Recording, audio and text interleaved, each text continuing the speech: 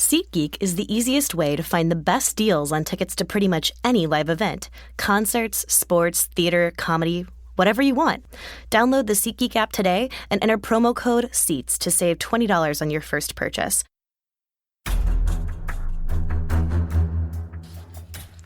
Hey everybody, it's Terez Paylor, Chiefs beat writer with the Kansas City Star, and I'm back in it once again for another episode of your Chiefs NFL podcast.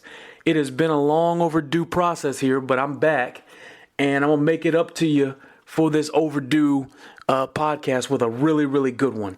I've been putting in work for you guys while I've been gone. You guys know I was at the NFL's annual meeting a few weeks ago in Orlando, and not only was I writing and reporting there, but you guys know the Chiefs assigned or acquired 6 pretty high-profile players over the last several months. Sammy Watkins, Chad Henne, Anthony Hitchens, Kendall Fuller, Damien Williams, and David Amerson. Certainly not in that order. But I figured you guys would want to know a little bit more about each of these guys, more than what I could just tell you, because all I can do is look at the tape, right? And what I always tell you guys, if you want to know what's going on with the team, you talk to the beat writer at the biggest paper or one of the biggest papers in that player's city. And guess what? That's what I did for you at the NFL's annual meeting. Every city basically was represented there, and I sought out somebody I trust to give me the breakdown on these guys. So I think I got a great episode for you guys today. We're going to talk to Vic Tafur of The Athletic in the Bay Area. Vic's one of the best in the business, you ask me, who gave us a lowdown on David Amerson. Talked to Omar Kelly from the South Florida Sun-Sentinel. Omar's outstanding. Omar has a scouting eye. You know, he can evaluate talent. His Man Crush team was an inspiration from our All Juice team. I grew up reading Omar, and Omar's not that much older than me, but Omar's the dude that, like, you guys should follow because he knows what he's talking about. Has some really good things to say about Damien Williams. Like, I hear great things about that guy's warrior mentality. Talked to Mike Jones of USA Today, formerly of the Washington Post, about Kendall Fuller. You know, Mike made that jump from beat writer to NFL columnist, senior writer with USA Today recently. That's a hard jump to make. If you make it, you know, people think of you in a certain regard, and Mike's one of the best in the business. It was really good to talk to him about Fuller. And you guys are definitely going to hear about what Mike had to say about how Washington players are feeling about that Kendall Fuller trade. So hang on, we're going to get to that. Then an old head, Clarence Hill Jr., nicknamed Chill, from the Fort Worth Star-Telegram, gave us a lowdown on Anthony Hitchens. Loves Hitchens. Has some really good things to say about what kind of football player and man we're getting. I think you're going to want to hear that. A guy who, by the sounds of it, can really carry Derek Johnson's mantle as a good player and a good man in the middle of the Chiefs defense. So hold on to that. Then we got Ryan O'Halloran. And Ryan is outstanding too. Ryan's a guy who who takes a lot of his inspiration from Bob McGinn, the great Milwaukee Journal-Sentinel columnist that I also kind of, pattern myself after. Ryan watches every game and breaks it down just like I do. He does a great job. So I thought he had some really good insight on what Chad Henne could bring to the Chiefs as a backup. I thought that Ryan had some really good insights as to what kind of player and what kind of man he is. So I definitely think you're going to hear that because if he has to play, you're going to want to be prepared. Oh, by the way, Ryan's with the Florida Times-Union. And then finally, giving us the lowdown on Sammy Watkins, who I know who you guys want to hear about. Gary Klein from the LA Times. And Gary Klein has been doing this a long time now. Was USC's longtime beat writer. You know, that was a notable pro. He was there through the Reggie Bush years. This man knows how to cover a beat. Recently moved up to the Rams for the last few years. But, Gary's an old head and a really, really, really knowledgeable beat writer who has some really good things to say about Sammy Watkins and how he handled not getting the football all that much in L.A. So I think you're going to want to check into that. So, yeah, look, we got a great show for you guys, and I'm really excited to get it popping. So let's go ahead. Let's do it. Let's kick it off. I'm not going to make you wait. Let's go to Gary on Sammy Watkins. I owe this to you. So let's go to Gary on Sammy, and I think you'll like what you have to hear. Here we go. Gary, I don't have to tell you this, man. Guys in contract years, they care about their stats. Mm-hmm. And Sammy's a guy that complained a little bit about his stats in Buffalo, but seeing ball accounts that he's a good soldier there in Los Angeles. Just what was the experience like there as an observer? Well, I think we all kind of were anticipating this is a guy that's going to come in, obviously looking to have a real productive year that he could parlay into, a big contract. But I think what happened there, because he came in so late in training camp, he kind of was behind some of the other receivers that Goff had become accustomed to. But you know what? The way he approached it from a media perspective, I thought he was professional throughout the season. Early on, there was a little bit of a hiccup when Torrey Holt, sent out a tweet after the Dallas game, kind of about how Sammy wasn't getting touches, and Sammy responded to that, not in a real overt way, but he had a response to it. So of course it blew up as he's unhappy, and he said he wasn't. He did acknowledge a few weeks later that that did kind of get in his head a little bit, but he had put it past him. And I really believe, as the season went on, he did feel like he benefited from that season. Even though he wasn't catching 50 passes, he felt like he was the guy in the red zone. And according to him, the Rams really did bring out the fact that to block, to do those kinds of things that don't necessarily show up in the stats, contribute to a winning team. And it seemed to me like he was very comfortable playing on a winning team. I think that's good for football too. Like, he still got paid. That's a big contract. That's right. Only got to 39 balls. Like, that's a good sign. As a football player, like, what'd you see, man? Like, what stood out to you about him? Well, again, I hadn't watched him that much early in his career, so I thought I was just going to see this burner, this guy and I really didn't see that. He showed some flashes against the New York Giants. He had a long catch that kind of solidified why he's an effective weapon, even if he's not catching that many balls, because you have to account for him. Right. And again, in tight situations, his hands, he's so strong. I think misleadingly strong for some people. They don't realize how physical he is, especially in a tight space. The crazy thing is, like, Michael Irvin was 6'2", 214. Watkins is 6'1", 214. I'm not comparing them, but I'm just saying, physically, he's not that different. Like, they're like the same physical shape, and you would never guess that. Right. Just looking at him on the hoof, right? But he is more physical if you turn on the tape than you think. Exactly. He didn't really demonstrate during the season that ability, like, to go long and out jump someone and out physical him that way.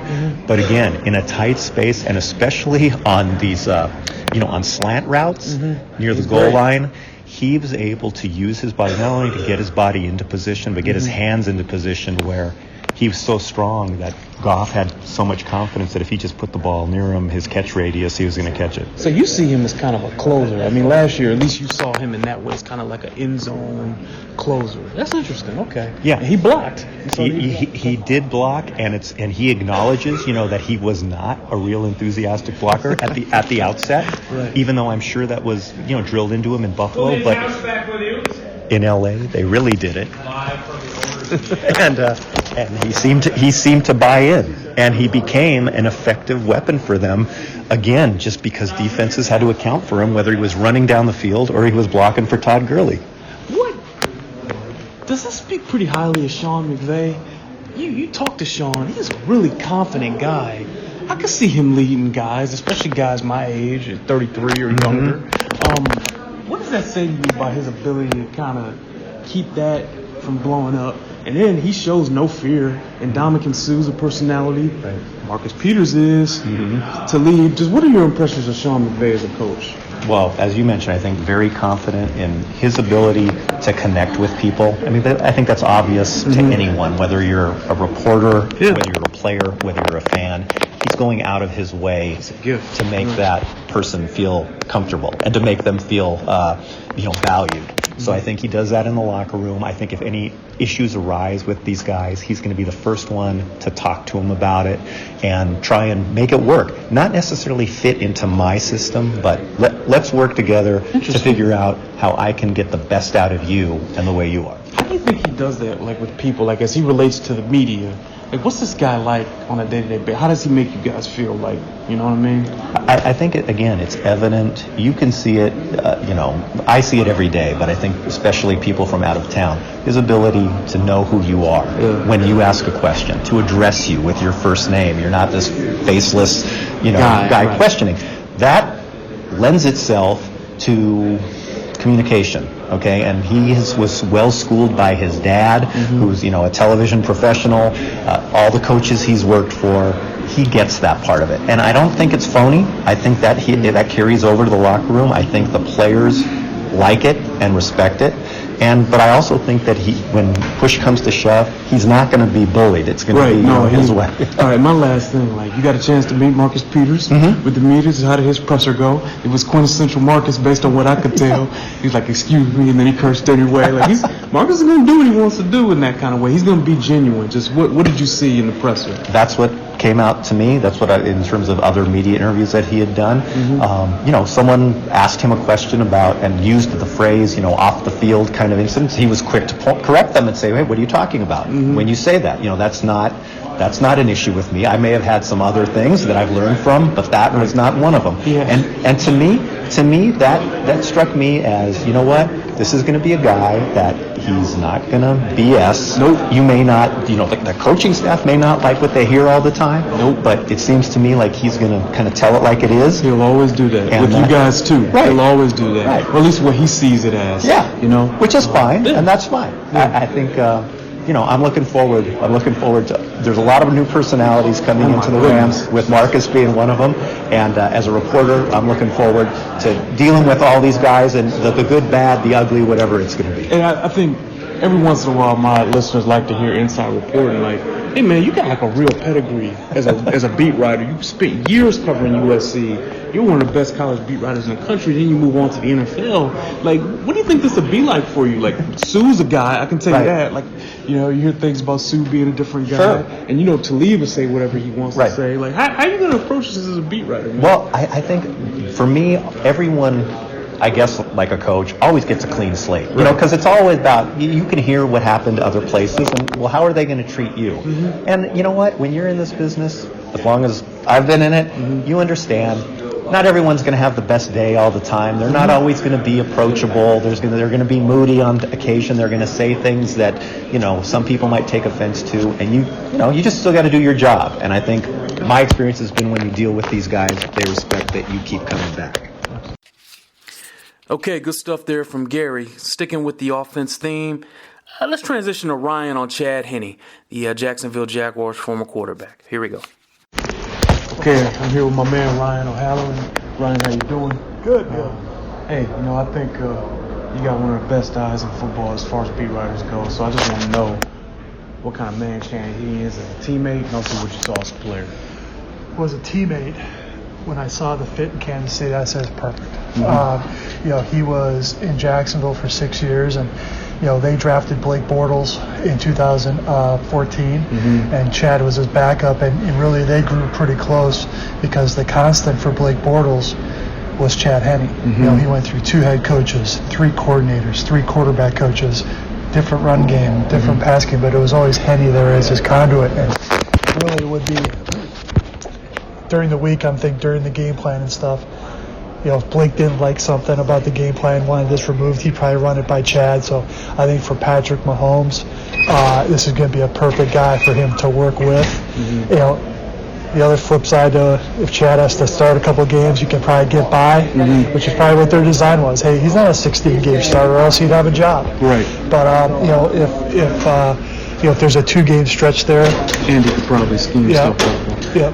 In the times you've seen him play, is he one of those quarterbacks that, and there's no shame in this league is hard, even Alex was like this, a lot of the difficult throws Alex made, those were schemed up throws, right? Is Chad that kind of way, or did you see him check down and throw people open there sometimes, or what is he like as a quarterback? Well, the check down part was his rep in Miami. Okay. But also, what was the protection? The offensive line. He does not move well. Right. He's the first to admit that. And, last year, late in camp, when they opened up the quarterback competition, they stuck with Blake basically because they had so many questions up front. They weren't sure Chad was going to avoid the rush. And he readily admitted, he goes, I'm not as mobile. So if Henne's required to play, is they probably throw a lot of quick stuff. You're not going to see a lot of bootlegs, but it's going to be a by-the-book pro style game plan. How's the gun? Back in Michigan, I grew up watching Michigan, right? So But like, how's the arm strength now? Like, he used to be able to really sling it, but where's he at? Yeah, well, he says, and it'd be interesting to get his take on this. He said that over the last couple of years, his arm has never felt better. Really? Because he hasn't played a lot. Mm-hmm. He's been able to take care of his body. Because you talked to him during training camp last year. He said, you're getting a lot of throws. He says, doing great. You know, what you'd say, okay, as he gets older, maybe that goes down a little bit. But the fact he hasn't played in a lot of games, he's been able to maintain that arm strength. Got you. And when you talk to Blake, he's always said good things about Chad, right? Yeah, I mean, that, you know, for all the turmoil that Blake's been through, I think it really helped to lean on a guy. Because remember, Chad Henne was a second-round pick by Bill Parcells in Miami. Right. He learned from Chad Pennington. And also, Chad Henne has been through the struggles of it didn't work out in Miami. Absolutely. He was going to be the guy that, you know, was injured. So I think there's so much. It's going to be tough for Patrick Mahomes to encounter a situation where Chad Henne can say, can't relate. Got it. That's the key. All right. Hey, thanks, man. All right. Okay, let's keep it on moving. Stick with offense. Let's go to Omar Kelly on running back Damien Williams from the Miami Dolphins, formerly of the Miami Dolphins. Let's go. Omar, you know I greatly respect your scouting eye. I love a lot of what I see in Damien Williams, but more than anything, I kind of want to know what you think about this guy as a football player. You saw him for 3 or 4 years in Miami. Just what did you see in Damien Williams? The perfect illustration of who Damien Williams is the 2016 season. They had this thing called War Daddy at the Miami Dolphins. This is keep in mind, this is when they made the playoffs. Now, War Daddy was not always about you scoring a touchdown or you making a impactful catch.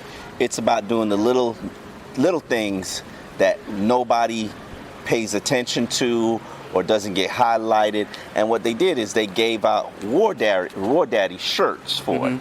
So every week there were like 3 War Daddy shirts that were given to players, and the players wore them around like trophies. Okay. So to personify who Damien Williams is, Damien Williams had so many War Daddy shirts that they eventually upgraded and created a War Daddy hoodie. What? For Damien Williams, because after you've accumulated so many shirts, you graduated to the hoodie. Wow. And so every week, I mean, this is a guy who's a third down back and a special teams ace. Just the toughness that he brought. He was always doing something like pancaking a guy on running downfield, you know, making a guy miss on a third down catch. That just personified the War Daddiness of the team. So, you know, I call Damien Williams War Daddy because that's what he represented. Brandon Howard, who also covers football down, I trust him just like I trust you. Called him a warrior, right? Yeah. Really tough guy, right? Just what can you speak about that? The best, I'm a storyteller. The best illustration of that is 2016, he was playing with, I believe it was a shoulder. He was practicing with a shoulder. He had a groin strain. I can't remember what the injury was. And all these young cats are in there. They got these draft picks. They got Kenyon Drake. They got Jay Ajayi. And all these guys. Damien was like the last guy on the depth chart because he'd missed so many times. So he's finally cleared to play. Unleashed. It's a pass blocking drill. Watch him lay out a linebacker. Like, all these guys are struggling in pass blocking. Right. Damien Williams was first practicing pads. He gets up there, boom, linebacker on the ground. I believe it was a start. I can't remember specifically which one it was. Wow. And then I was just like, yep, that's him. That's Damien's back. And anybody who thought they were taking his third down back job, no. It was over. Another story is Adam Gase talked to all the players, and he said, he was talking to Ryan Tannehill, and he was like, Ryan, what do you need for me to make you better? What do you need for this team to be good? And he specifically told Adam Gase, the only one name that Ryan Tannehill mentioned is Damien Williams, got to be on this team.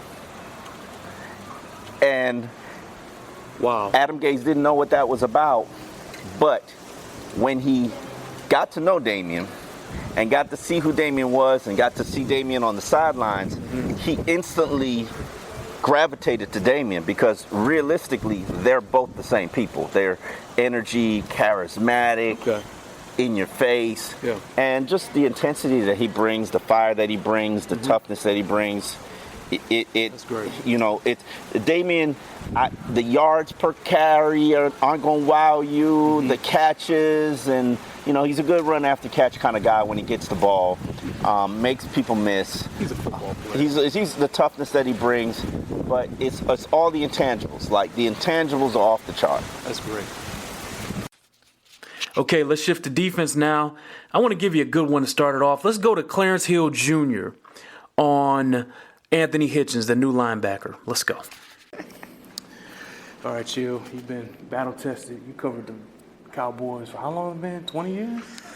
Longer than that, man. It's since 97, so about, what's this, 21 years now? But, Chill, you've seen some good linebackers in your day. Just what stuck out to you about Anthony Hitchens? How good of a player is he? Well, the thing about Hitchens is his versatility. You know, as a rookie, he started at 3 different positions, you know, just right off the bat. You know, he filled in, and you know, you didn't expect much from a fourth-round pick, but he came in and filled in at middle linebacker, weak side linebacker, strong side linebacker from the beginning. He's just versatile and available. You know, and that's the thing that stood out about him, the Cowboys liked about it. Availability, the best ability is availability. He was always... Yes, until this year. He really didn't have any injuries until this year, and he missed the first few games of the season with the injury he suffered in training camp. That really wasn't like him, but obviously he came back and had a strong season and proved to be more of a playmaker this year than he had been in the past. Oh, can you talk about that? Like, how so, man? Yeah, I mean, it's just, you know, obviously I think that, you know, the thing that the Cowboys liked about him was his versatility and availability, and that he can be counted on. But I think this year you just saw him making more plays and making more plays in the backfield and stuff like that. Now, I know he's getting a lot of money. and I don't know if he's Derek Johnson. Okay. And I hope fans don't come in and think that he's going to be a Pro Bowler like Derek Johnson right off the bat. I mean, that's a lot. Yeah, that is a lot. You know, of course, people are going to look at the money and expect him to, you know, be Ray Lewis and you know, and all the other stuff. And I just don't know if that's him, but he is a solid player, great locker room guy. Yeah, I mean, it's because he just, you know, he doesn't take away from the locker room. He adds to the locker room because he's solid. He's going to be available. He's very religious. Just a good guy, good kid, leader. You know, he's going to lead by example. He's not a big talker. Definitely not. But you're going solid football. Yeah, solid football character, lead by example, and that type of stuff. And you know, you got guys that are around him. You know, he's not going to take away. He's not going to be any type of liability. You know, he's going to help you. Yeah, I got you, man. He's not that big, 240 or 235. No. But the way he plays, like, is he like he's not like a take-on blocker kind of guy. He's like a loose blocker? Sideline to sideline. Yeah, he runs and makes plays on the ball, and he will make plays in the backfield and do all this. Yes. And again, you know, obviously he was a 4-3 linebacker in Dallas, and you know the 3-4 thing is a little different, you know, in Kansas City. But you know. Again, I can't say enough good things about the type of person he is and just type of player he's going to be and what you're going to get. Again, you're not going to, I mean, I'm not saying, you know, he's Ray Lewis. And I'm not saying he's Derek Johnson in his prime, because he's not Derek Johnson in his prime.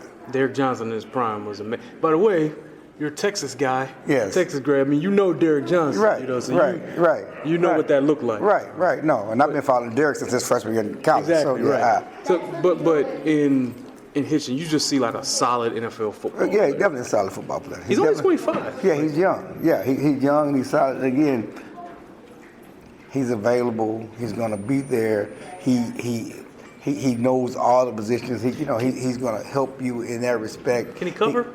Yeah, he's okay. Yeah, he's okay. He's solid. I mean, he's a 3-down linebacker. Great. He's not a 2-down linebacker. He's a 3-down linebacker. He played 3 downs in Dallas. He played all 3 downs. He's a 3-down linebacker for sure. So my last question to you is, like, is there any part of you that was surprised Dallas didn't bring him back, or did you think the money was? Well, they already knew the money wasn't. I mean, they knew the money was going. Yeah, I mean, they already knew that they couldn't afford him. They already knew what he was going to command. Yes, they wanted him back. There's no question they wanted him back. There's no question they wanted him back, and they would love to have him back. You know, and they tried to lowball him and give him a discount. They really did, and take a team discount. But as a kid, this is his first time in the free agent market, first time to make real money. You got to get your money because he's a 4th round pick. He didn't get paid coming out. This may be his last contract. You got to take your money. Your home family is your first family. That's your first team. Right. Absolutely. Okay. Awesome. All right, not going to make you wait on this one any longer. Great interview here with Mike Jones on Kendall Fuller, who will be called on to replace Marcus Peters. You guys are going to want to hear this. Here we go. All right, here with Mike Jones, USA Today, formerly of the Washington Post. So you are an expert on Washington's professional football team. And Kendall Fuller, who the Chiefs were thrilled to get. What kind of football player are they getting, man? What do you know about him? They're getting a really talented, young, hungry kid who comes from a good football family. Look at all his brothers who are in the league ahead of them. Really talented. And he's a guy who really was elevating his game. He showed some flashes his rookie year, but last year you saw him really get comfortable. I think he had 4 or 5 interceptions, led that secondary. There were a lot of guys who were in that locker room saying, look, next year he's going to be that deal. And they were really upset when management shipped him away. Yes, they knew they needed a quarterback, but they were like, dude, can you send anybody else? Except for Kendall Fuller. So he's a hardworking guy. And he just, because he relies on his brothers and he's seen them go through the process, he doesn't get overwhelmed by this stuff. He just understands the business and how to prepare. When you watched him play, how could you tell he loved football?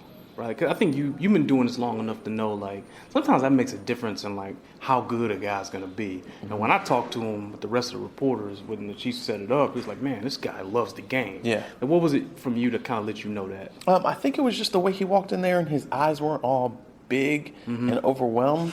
But when he got on the practice field, you saw how hard he worked. He didn't take plays off. He didn't jog and kind of, do it halfway. He went hard, was willing to stay on the field afterwards. He didn't hang out with the rookies. He was always up underneath the veteran. Really? Yeah, So okay. He's a guy who's trying to pick their brains and learn, how to keep, and like I said, he talks to his brothers a whole lot. A lot. Okay. Always, about different experiences and things like that. And so that's how you know that this guy's taking this seriously and he wants to be great. Do you remember some of the veterans that he tried to learn from? I know D'Angelo Hall, That's a was good a guy, start. You saw him. Will Blackman was another guy who was out there at the time. So those are guys that have been in this league for a good little while. That you would see him, talking to, and you see him having conversations with Josh Norman and things like that too. But you just saw him really he just went in there like a business type of approach. When teams threw at him, was there a common denominator? Is there something that it's known that he's got to get better at? Well, I think early on. The double move would sometimes get him or whatever because he was going from playing on the outside and being able to use the sideline to help him out, and then he's in the inside and you've got so much more space. So it was some of those things, the comebacks and things like that were kind of getting him. But last year you saw him who's way more disciplined, much better tackler in space. Okay. There were times when they would give a crazy look and he would drop back as a safety because he was better covering in space like that. So that's some versatility you saw with him. Actually, one of the reasons I like talking with you, Mike, is because you're like a student of the game, you get it, and I think people need to understand when you play slot, that is the hardest corner position to play. Right. It's a 2-1 go, two-way goal. Guys, you got to be ready for all of it. So for him to be the highest rated slot corner in football, according to Pro Football Focus, you can say whatever you want about their grades. Still means the tape was good. Right, exactly. So I don't actually expect him to have much difficulty going from the slot to the outside. It's harder going from the outside to the slot. Right. I think, as a player, how good could you see this guy being? Does he remind you of anybody that you've seen in the past? I know that's tough, but is there anybody that in any way that he reminds you of? That's kind of hard. But that he's a physical guy that didn't, some cornerbacks don't really like tackling. You know what I mean? He didn't mind sticking his nose in there. And there were times during his rookie year, during the preseason, when he was playing on the outside, that we were like, whoa, why is that kid not there? Really? This kid, already looks ready, but they needed him on the inside, and it's a harder position, and so there was the whole learning curve and things. So, but as far as a comparison, I don't know. It's tough. But again, I like his mindset, his physicality, his instincts. How about this? I trust and love beat writers because I'm a beat writer. And I know we're in the trenches and we see everything. When you saw the Alex Smith trade, what was your reaction? I was like, they gave up too much. Okay. Because Washington gave up too much. Yes, because of Kendall Fuller and just knowing the potential that he had. I was like, why didn't they try to throw in Stuart Cravens, a guy who got some talent or whatever, but didn't really mean anything to them? Just knowing that Rashad Breeland's going to be a free agent, you need more horses in that secondary, and so that's why I was like, I don't get this right here. Not to say that Alex Smith wasn't worth something. So they needed a quarterback. They needed a quarterback, yes. But he's good. Yes, but giving up that kid who is a rising star, probably your best cornerback plus next year, plus the third, that was a lot. Right, and the Chiefs, that made the difference, put it that way. They had offers for second-round picks that they chose this over that because of that guy. Yeah, so that tell you a lot of what they thought of him. Absolutely. Mike, I appreciate it. Okay, let's end it. We're going to go to my main man, Vic Tafer, on David Amerson. Let's go. Hey, you saw David Amerson play for a few years, man. Just what's your impression of him as a player? Like, what can Chiefs fans expect? His first year, he was great. Obviously, he owned a big new contract, but he came in. It was a good cover guy, broke up a lot of passes, aggressive, just really the best cornerback they've had in Oakland for a long time, actually. That's why he got the big deal. He obviously fell off a little bit the next year. I'm not sure why. Injury problems, a couple of concussions also. So I think he fell off drastically enough where they realized they didn't want to bring him back at that price tag. So I think they, new coaching staff bringing their own guys. But definitely, if you get the guy that was there the first year with the Raiders, you got a really good quarterback. Injuries were a big deal, weren't they? He was kind of banged up. All year long, pretty much. Yeah, he had I think it was a groin issue, maybe. I think it was his shoulder at some point, concussions. But just he's a tough guy. He definitely was trying to get back in the field as much as he could. But also, I think besides that, he wasn't playing as well. I'm not sure why his play fell off, but it did. When he had his best year, was he playing a lot of press? Well, press is very aggressive, and I think he had some big games in Tennessee, and he broke up 2 passes, a pick, if I recall, and won the game for him. So I just think, if you look back at his first stint in the league with the Redskins, he had Jay Gruden was a coach then. I'm sure Jay told John some things about him, and that first year, I think he himself will tell you, he enjoyed the lifestyle. He was a young guy, had some money. He would say he was drinking, playing video games all night long that first year, and he learned you can't do that in the NFL. You got to actually get to bed, study, film. So I don't know if he fell back into old bad habits, but obviously he got a new contract and his play fell off, so maybe he did. Okay, and pretty aggressive with the ball in the air, right? But can he be beat over the top? Do teams throw him vertically? He did have a rough game against the Chiefs last year, if I recall. So I think he may have been a little banged up his foot, but I just think at his peak he was a big, aggressive corner. Could definitely stick with guys, and it was good very good knowing when the ball came in, could make plays. A lot of guys will stay with the guy, but when the ball's in the air towards them, they kind of fall apart. He was good at seeing when the ball was and making a play on the ball. That's all I need. Hey, thanks, man. Appreciate it. Okay, so I hope you guys enjoyed this episode. I know it's long overdue, but I promise you it was a good one. I think you guys will enjoy it. Hey, as always, if you like the show, rate and review us on iTunes, Sports BKC Podcast. Please rate and review us. We'd appreciate that. And hey, give us our clicks. That stuff matters, man. We all get evaluated on clicks and journalistic impact. So if you're listening, rate and review us. Click the stories, click all that, man. I appreciate it. I love you guys, and see you in the future. Here we go. Thanks.